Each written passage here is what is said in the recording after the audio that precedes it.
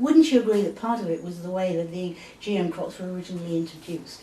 There was a fairly sort of aggressive stance taken by the chemical companies, particularly Monsanto, and also by the US government on the grounds that they were producing these crops, and we just got to get down and use them.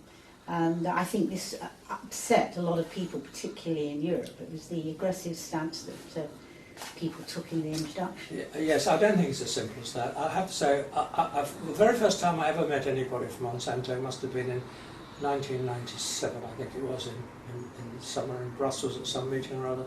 And I was very new to this field at the time, and I asked this chap, whose name I vaguely can remember, I asked him what had happened, and he said, well, why didn't you say anything? And he said, well, we never said anything before about any of their products, and nobody's ever shown any interest. We never expected anybody to be interested in this one. And I think that's an entirely reasonable thing.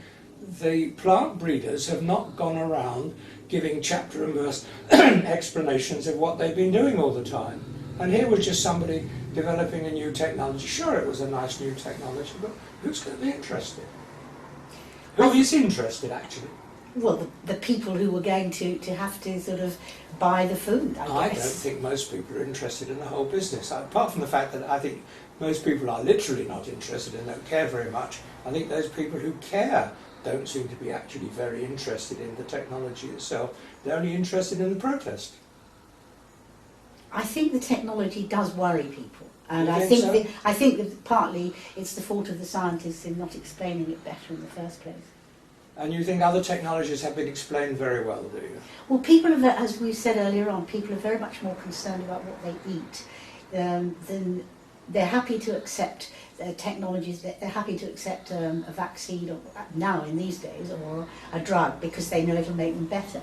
They're not so keen on eating something which they're not so sure about. But they don't know that the drug will make them better. You see, they hope the drug will make them better, but you know jolly well that many drugs have no effect. But they believe it, yes. Well, they believe, yes. So it's a question of belief, is it, then? That people don't mind having things injected to them, exactly, right inside, but eating, that's really difficult. Exactly, and well, I think this is something that the scientists fail to appreciate. Well, maybe not only scientists fail to appreciate, maybe all sorts of people fail to appreciate it. That you may be right. It's a new phenomenon, I think, if that's the case, but there it is. I think it's just human nature. Well, outside my field, I'm a simple biochemist. So, and you mentioned earlier the organic movement. Do you think the organic movement is that strong in its opposition to GM? Well, I think the organic movement has a number of facets to it. I think there is the organic farmer, many of whom would like to be able to use GM because they see the advantages of it. And there's the organic hierarchy that has nailed its pennant to the mast of anti-GM, and I think cannot back down even if it wanted to, although they will not say they want to. And they will have all sorts of arguments that says that it's not legitimate from their point of view. I find these arguments very unsatisfactory. There was I remember 4 years ago we had a very wet summer and there was a lot of potato blight in the country. You remember that one? Not long ago. Mm. And I was on a BBC Radio Live programme, BBC 5 Live programme late one night, talking about what one might do with genetically modified potatoes which were blight resistant, which were just being talked about at the time. And while I was waiting, I was listening to a recording of an earlier interview by one of the high priests of the organic movement, defending the use of copper sulfate as a well-known organic chemical, you notice they don't use chemicals, to treat organic potatoes which were blight-ridden. And why, I won't mention his name, why were you using it? Well, because we have nothing better, but we intend to change. They've been intending to change for as long as I can remember. And they have a magic system called derogations, which means that they have a magic precept which allows you, if they say so, to use things which are normally forbidden, and copper sulfate is one of those.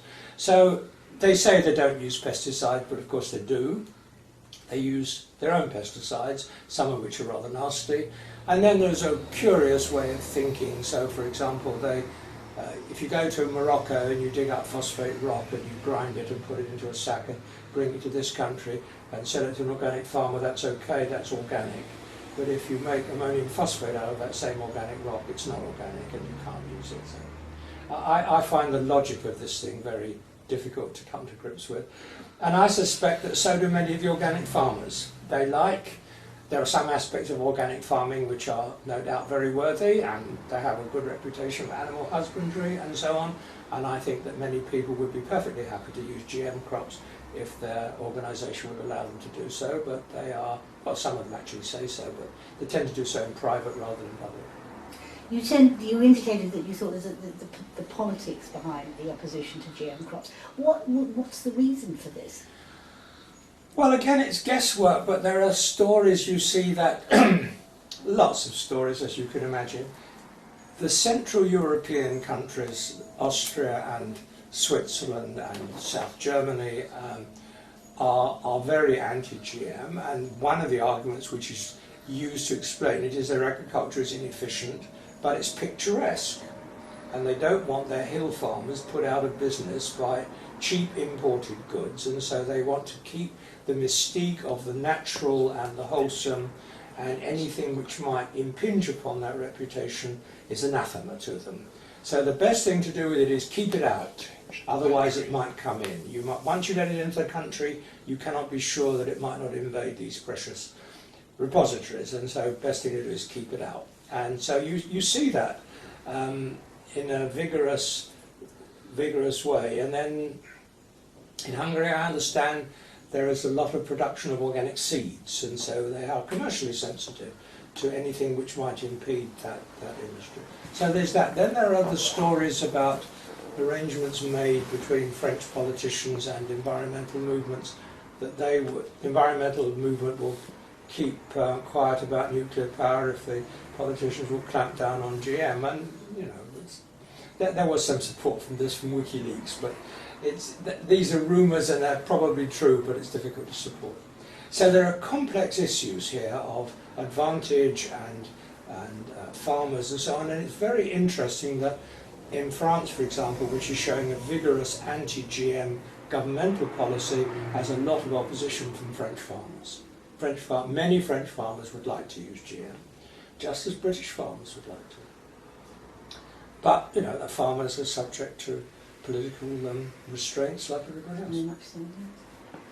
Well, we've covered an enormous amount of ground and you've answered a huge number of questions. Thank you very much for clarifying so many of the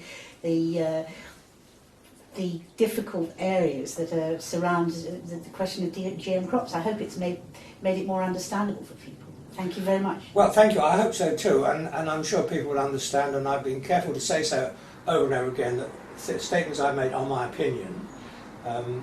Given time, I could support many of them with chapter and verse, but in a conversation like this, that's obviously limited. So I have to reiterate, opinion is important, and my evaluation of the state of evidence and so on. And that's what I've tried to do. Thank you. Thank you for being sympathetic. Thank you very much.